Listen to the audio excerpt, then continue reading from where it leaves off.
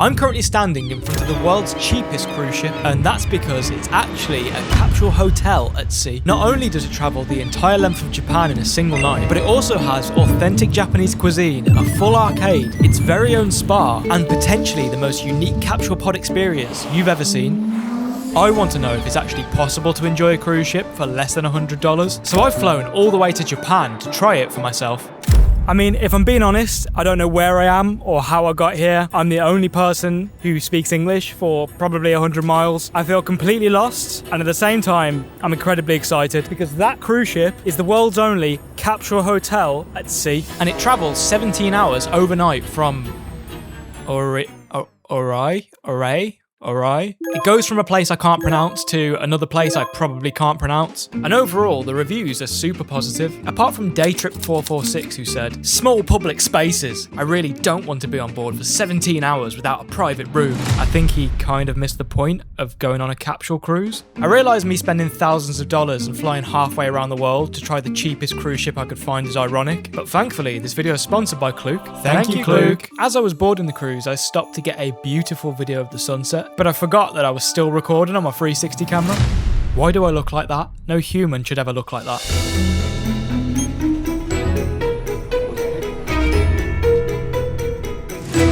Ladies and gentlemen, I'm officially in a capsule hotel on a cruise ship. I'll show you around this room later. We've got a ship to explore. I put on my complimentary slippers and took a walk to the observation deck. Yeah, that's right. I know my cruise ship terms. The capsule pod came with free slippers. This is why I love Japan. This ship is massive. There are 7 floors we've got to take a look at. On my way, I walked past an actual shop with fun little merch themed around this ship. I have to try those later. They look good. I made my way to the observation deck where I found a bunch of people waiting for the ship to depart.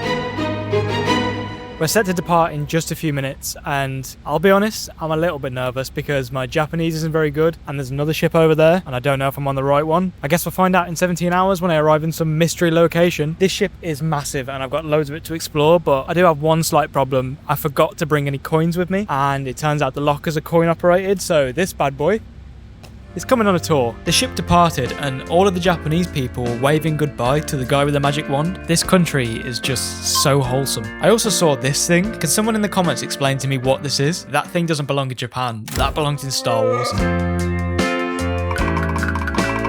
A milk vending machine. There's no way that's a real thing. I stand corrected. That's a real thing. Jackpot, I found the arcade. Get it? Jackpot. Is that a chinchilla? What is he doing on the wall? Okay, why does that message sound like a threat? So that appears to be the main bathroom. I just walked into the men's grand bathroom and immediately saw some dude's cheeks. Turned around, came back out again. There are vending machines all over this ship. I love Japan. That's the last time I'm saying that, okay, I'm sorry. And there's even a full restaurant. Oh, it looks like the restaurant might be closed. Considering this is a small cruise ship, there actually seems to be quite a lot to do. That is, of course, if you remember to bring change with you, and I didn't. So, can't use the vending machines, can't use the arcade, can't use the kids' play area because I'd look weird.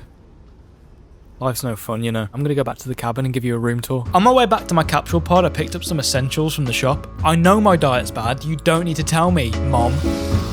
Now you might be thinking, I'm only on this cruise because it makes for a great YouTube title, and although that may be true, I also have a bigger reason for being here, because believe it or not, this is not the first Japanese cruise ship I've ever been on. When I was 5 years old, I was lucky enough to get a Game Boy Advance for Christmas with a copy of my favourite game of all time, Pokemon Leaf Green, and my favourite part of that game growing up was exploring this cruise ship called the SS Anne. I have so many amazing childhood memories on this game, but I haven't explored the cruise ship on Pokemon Leaf Green for nearly 20 years. So on this 17-hour cruise, my goal is to experience that piece of my childhood one final time.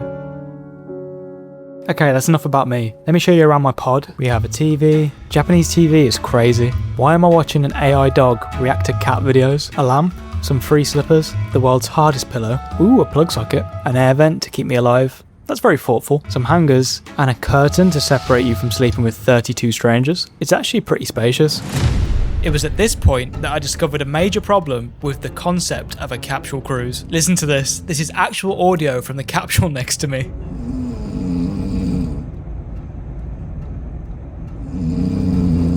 Sleeping in this capsule pod with that guy next to me is going to be difficult. But fortunately, I bought a secret weapon to help me sleep. Before I try it though, I need to tell you about Klook. Klook is essentially an all-in-one travel app that allows you to book hotels, local activities, transport, and even get yourself an eSIM all in one place. I use Klook to book my train to get to this Capsule hotel cruise ship using the data from an eSIM that I also got using the Klook app. And when this cruise arrives in Hokkaido, I've even got a hotel booked that I also booked through the app. It's made this whole Japan trip so much more enjoyable and stress-free because I've not had to worry about translation when booking anything. It's all in English and super easy to understand. I've been in Japan now for 10 days and I've got to say at this point I've started to feel like I've run out of things to do, but Klook has a things to do section on their app which is really easy to navigate, and when I opened it I realised I hadn't even been to a capybara cafe yet, and as a result I got to experience this. This Japan trip has genuinely been a life-changing experience, and if you haven't decided where you're going yet this summer, I highly recommend coming to Japan and using the Klook app. But even if you don't, Klook cover a bunch of locations all around the world, so download the Klook app using the link in the description and make sure you use code JPainter for 10% off your first purchase. Honestly, it's been a lifesaver this whole trip, and I wouldn't have been able to make these videos without them, so thank you to Klook. Japan actually has this chocolate designed to help you fall asleep faster. I'm going to try it. Got no idea if it works.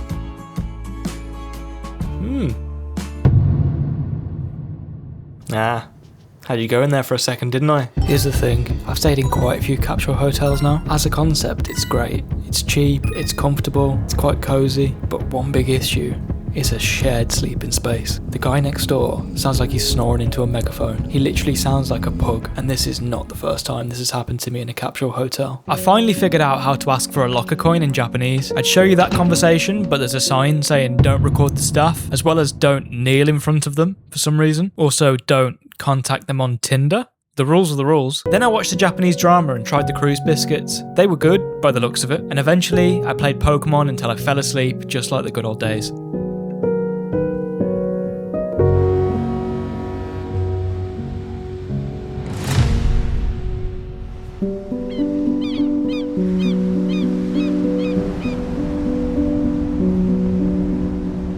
That is the best I've ever slept in a capsule hotel. That Japanese sleep chocolate must be good stuff, because I just closed my eyes and it's now 7 AM. This morning we're going to see what the view's like, see what the food's like, and make some progress on this Pokemon game. I woke up feeling like the Walking Dead. Half asleep, I wandered over to the window of the cruise and saw the most incredible thing, something I never expected to see with my own eyes.